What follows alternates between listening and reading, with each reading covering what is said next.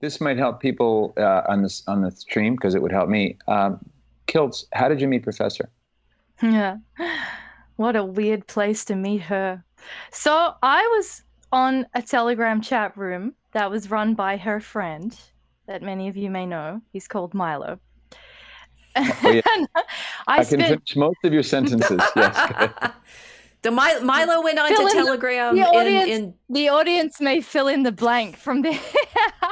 There's all blog posts about that year in say? that chat. So go ahead. Yeah. Well, what was I doing?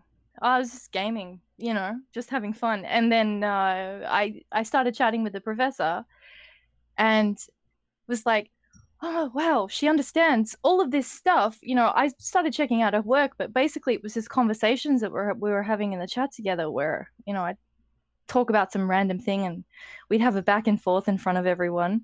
And at one time or another, it was her and I having private conversations in public. With but we were also a pest in that chat because when we could come in and take over it like that, right? And we were having too much fun. It was kind of like improv dance. Right? But it was amazing because I was talking about all of this stuff with her, and she was like, "Yeah, I get it. It's like this." And so, yeah, we just developed a beautiful friendship in this way, and I mean. That was a kind of miraculous meeting for me because we started to do the work that we've been doing in DCR when Australia essentially fell into like a martial dictatorship. So all of the external noise that was happening around us, and I'm sure you're aware of it because you've spoken to Australians that were involved. I mean, that 2020 was probably anti-creative. The year of anti-creation was like everything that had been done was designed to stop creation, essentially. So Rachel said, we're doing iambic pentameter, which was like, oh, we're going to create and we're going to do it every day. So yeah, but that's how I met her, Milo. So thanks for starting the chat that I got kicked out of. We've been kicked out. We've both been kicked out of it multiple times. And there's also now we're officially past the advertised marathon time. It's like, where's our drinks? We're gonna just sit down here and stay for the rest of the night. No, I can't because I'm gonna pass out in fatigue. But we can carry on now because now we're in gossip. Both of us got kicked out of Milo's chat many times. by order of himself. Yeah. Why? Well, because I'm a very enthusiastic person, Patrick. That's a very cryptic adjective. Well, but you can see. It's like we started this kind of conversation, and we do tend to overwhelm. It's like saying that the Hindenburg had a fire code issue. Yeah. Good. Yes. So this is such a beginner tourist thing. How long are you going to keep this puppy rolling, Rachel? The stream tonight and Kickstarter. Okay, so the Kickstarter. So we've Silent Draco. He's Milo. Suddenly something fantastic happened. And Sleep Deprived Bear says, "I haven't heard this story before." Oh yeah, there's stories. Those of you at UATV must know that one of the reasons I'm friends with Vox is because he stood up for Milo, and thus Milo is a good catalyst for bringing people together. And many of these, we've found each other through Milo, the mercurial catalyst. What was I thinking? Oh, right. So the Kickstarter ends at 8:00 Central Time in a few hours. I guess less than 8 hours now. And then I suppose I could play the game of looking at where we are right at this moment is at $13,232, 118 backers. Which means it's beautiful because we hadn't done a Kickstarter before, and so we didn't know the range of possibilities in this, and so we set the original goal at funding the first volume, which we've written the poem and we were getting the drawings finished, and we'd been designing these cards for a year. Actually, we started working on that last year. And this is good for us because having to put to sort of the pitch problem and the screenwriting, having to put together the Kickstarter meant we had to we had to get clearer on what we were actually up to. I mean, it was nice when we were sort of, as Kilt said, in the little caterpillar or in the little, cocoon and hiding and doing it secretly, and me post every so often on my blog and stuff. But having to do the sort of promotion for the Kickstarter helped us clarify, I hope, much of our work. And Patrick, you actually helped me on that this past weekend, right? It's like in the moment of figuring out what we needed to say, much has come clear. So it's been a really important part of our writing process to do the Kickstarter. And we're incredibly grateful to everyone who's, backing us now, because that means we can now carry on writing Act 2 and 3, which are it's 5 acts. So it's the rising action, the crisis. And that will help us, carry on with the long-term work. Yeah. Does that answer that question? That part? Okay. It does. Yeah. Yeah. Yeah. You're the more, I'm presuming you're a poet, Kilts. Is that what you write? Are you part of the group? It's the 4 of us. It's Casey, Mel, Kilts, and me writing Draco Chemicus. Awesome. So, sorry. No, keep going. I was just going to say that the more talented you are as a wordsmith, the more hobbled you are when it comes to writing sales copy, because you want to err on the side of being. It's not a phony thing. You're not trying to be floral, but it's very, very tempting.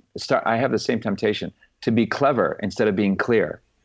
Clear should always win the arm wrestle between clear and clever. So Rachel and I were kind of spitballing back and forth, and she was trying to make it congealed into and distill what exactly you're looking for.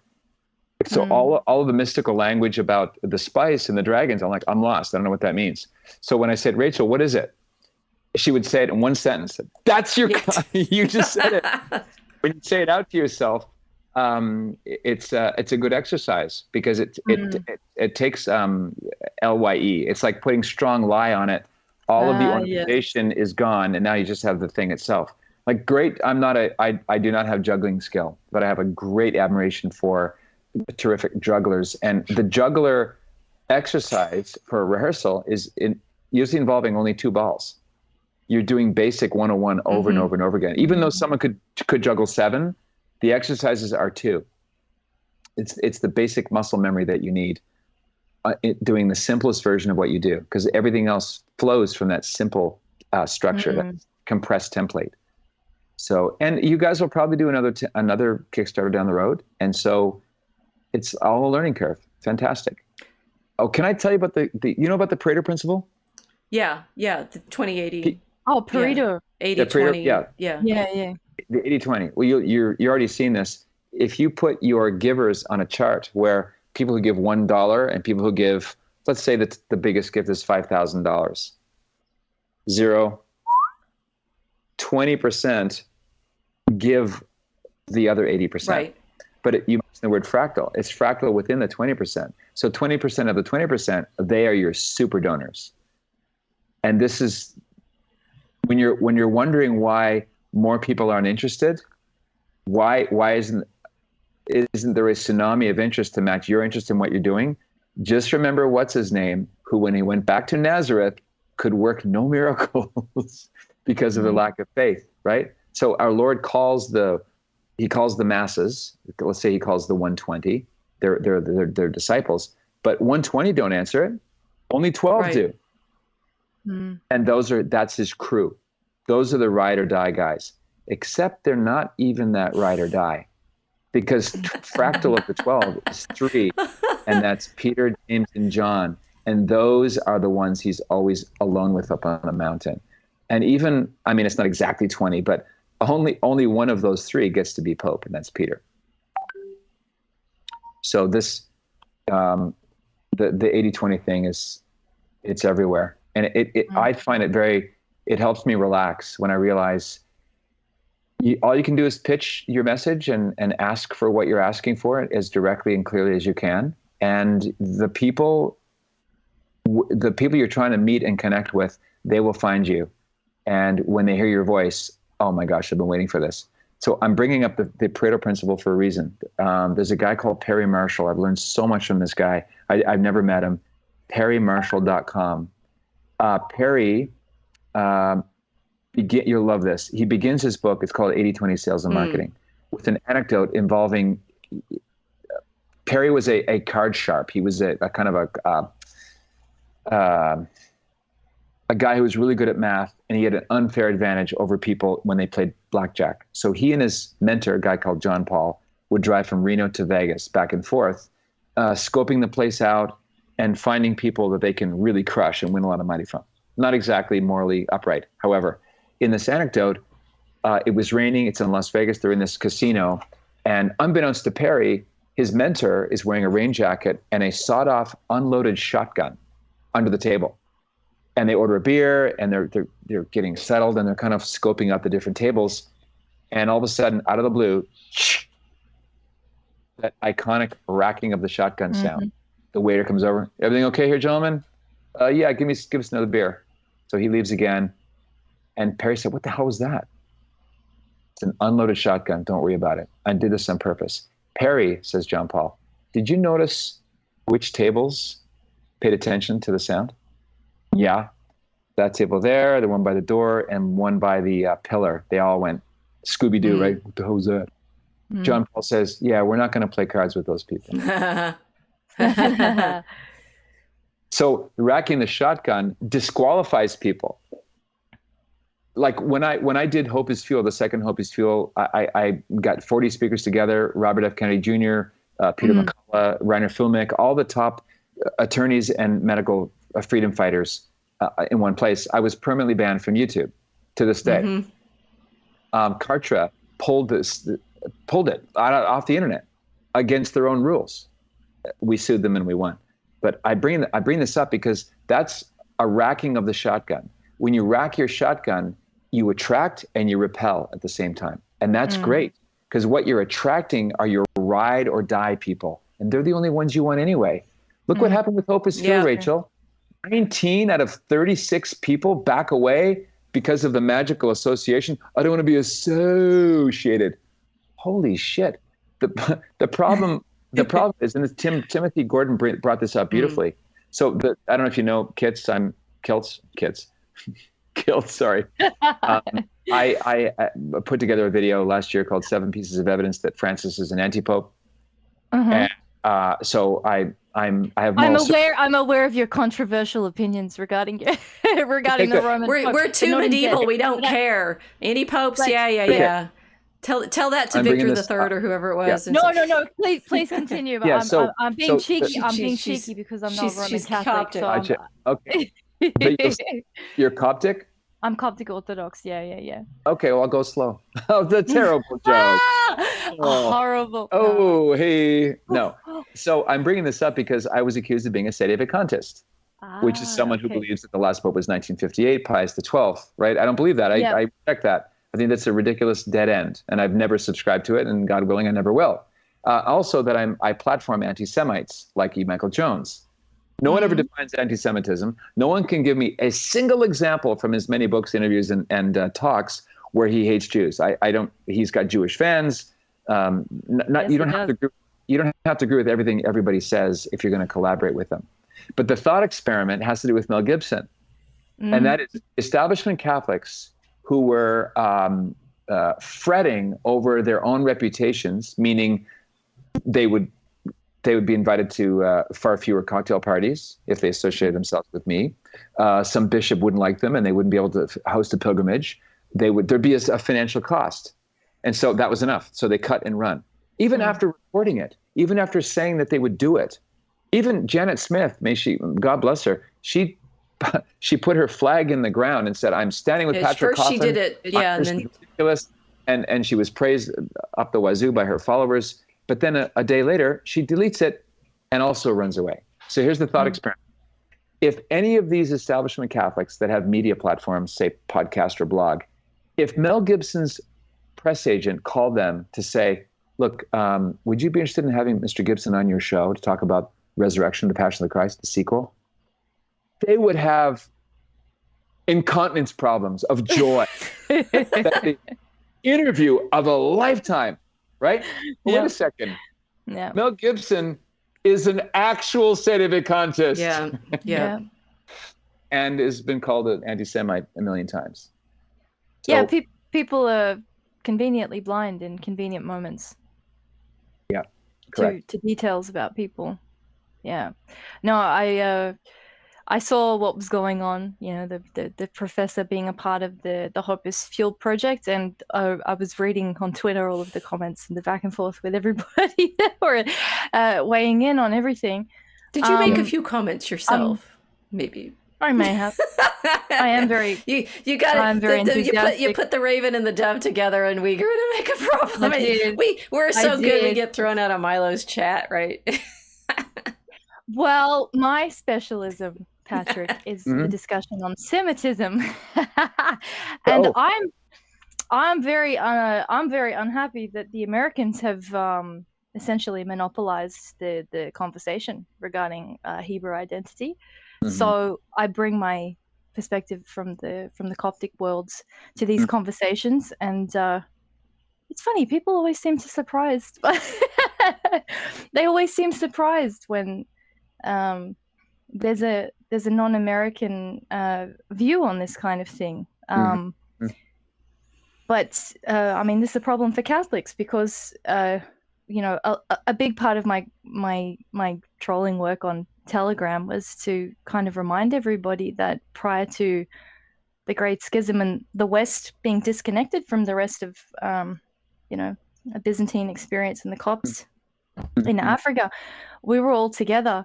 And a huge part of the Catholic history, the Catholic experience has been with the Semitic people, with Jews, like Hebrews, Christians, but the Hebrews themselves. And when I'm hearing someone like E. Michael Jones do his work, I mean, it's mind-boggling to me that people can't, at the very least, recognize that is essentially what he's saying. He's not he's not discounting the origin of the church as a Hebrew institution, because that's what it was. That's what it is. He said it many times, yeah. Yeah. So the cocktail parties are, they might be nice, but I mean, wouldn't you all prefer to be on the Mount with Christ? That's it. I mean, whose party do you want to be at? That's the kind of conversation that we kept getting kicked out of things for. Yeah, no. I was too loud, too many tequila shots. Wow, that's ironic.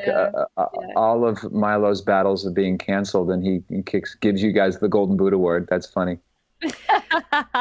Well, that's part of the drama of the situation. But it's all in good fun. No, I mean, a lot. Some of our exits were more flamboyant than others. But yeah, I've had this long conversation in public on Telegram to kind of remind everybody of this, and so there's been crossover with EMJ's work and crossover with Rachel's work, and that's why I was so excited to start talking with her, because when we first started to speak, she said, "You sound like a medieval Christian." My catechism happened in a non-Roman environment, non-European environment, and so we were talking. She said, "You sound like a medieval Christian." I said, "Okay, that's amazing," because I didn't know that there was this history in the West either. Right. I didn't know that Western Europe had this deep, rich, mystical, what I feel familiar as Christianity. So it was wonderful. And for anyone to discard that and to remove themselves from participating in it, I mean, they lost. The shotguns sent them running. You lost. You're not even at the table anymore. You're not going to win in the casino. You're not even playing. You're right. You're very close with. I'm sorry. Go ahead. Oh no! I mean, they're letting fear remove them from potentially reconnecting with the richness of their own tradition. It's just. This is a big. It's amazing. It's like. It's a big theme of what I do. You just said the magic word. If it involves fear, that's the infallible sign it's not from God. The devil whispers in the language, in the vernacular of fear and confusion. And so the truth is obviously the exact antidote to that. It brings clarity and it brings peace, which helps explain, I think, why Scripture and the saints continually say the phrase or some variation of "be not afraid," because we're so prone to it. Yeah. Yeah, I'd love to go to a Coptic liturgy. I'm very close with Chaldean Christians in San Diego, and so that's another. Well, of course, non-African, non-European, non-American, ancient identity, and it's very beautiful. Well, and Mel, one of our other poets is Maronite. We're all converts of some sort, but into these ancient traditions, and that we are. So in our deep version, I mean, you help me figure out this. Like we're teaching in Draco Chemicus discerning spirits, effectively, and that can work on several different levels as the metaphor. But that we're also trying to work within this medieval integrated tradition of the ancient liturgies and scripture and art, and it's really, we share different pieces of liturgy of all of our prayers, and it's one church. It's the ancient reality of the temple transformed through Christ. Different. I love that it's not just one thing. We may have different teachings, but the same teacher. Right.